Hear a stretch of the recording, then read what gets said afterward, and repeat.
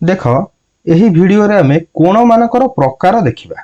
तेबे मु एठी तीनोटी कोण नेछि। प्रथमे सूक्ष्म कोण एवं परे समकोण एवं एहा परे स्थूल कोण। तेबे एही भिडियो रे आमे देखिबा तेबे एही कोण गुडी को हमर कोण एवं एहा किपरि देखा जायथाय। तेबे एही कोण को आमे सूक्ष्म कोण बोली कहिताउ। सूक्ष्म कोण किछि हमर एपरि देखा जायथाय। ते मु एठी तुमको सूक्ष्म कोण रा आउ एक उदाहरण नै देखौछि। एठी देख दुईटी रेखाखंड परस्पर गोटिए बिंदु रे छेद करिसंती एवं छेद कला परे एठी जेउ कोण गुडी को हमकु मिलिला सेथि मधुर एही दुईटी कोण हेउछि सूक्ष्म कोण। सूक्ष्म कोण समकोण ठारू छोट होइताय।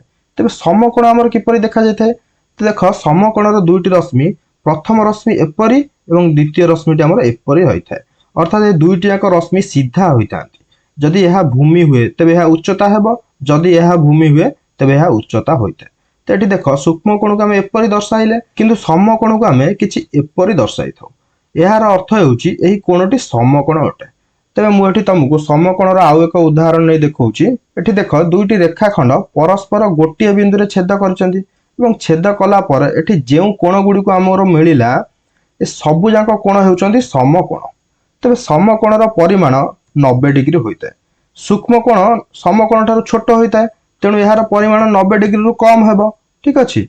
या पर आमे देखिबा हमर स्थूल कोण कोन एवं यह किपरि देखा जायथाय। तेबे हम स्थूल कोण किछि एपरि देखा जायथाय। तेबे यह समकोण ठारू बड़ होइताय। तेबे जदि ए कोणटी समकोण बा 90 डिग्री होइथांता तेबे हमर कोणटी किछि एपरि देखा जायथांता। तेणु यह समकोण ठारू बड़ अछि, अधिक खोला अछि, तेणु हम कोणटी एपरि देखा जाय। तेबे ए स्थूल कोण 90 डिग्री ठारू अधिक होइथाय।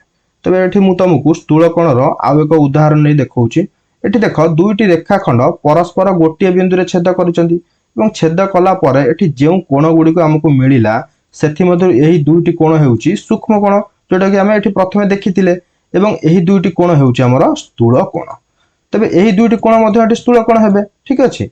तबे सूक्ष्म कोण 90 डिग्री रु कम एवं हमर किछि एपरि देखा जायथाय एवं समकोण 90 डिग्री एवं कोणटी हमर एपरि देखा जायथाय एवं स्थूल कोण 90 डिग्री रु अधिक होइता एवं कोणटी हमर किछि एपरि देखा जायथाय। ठीक अछि।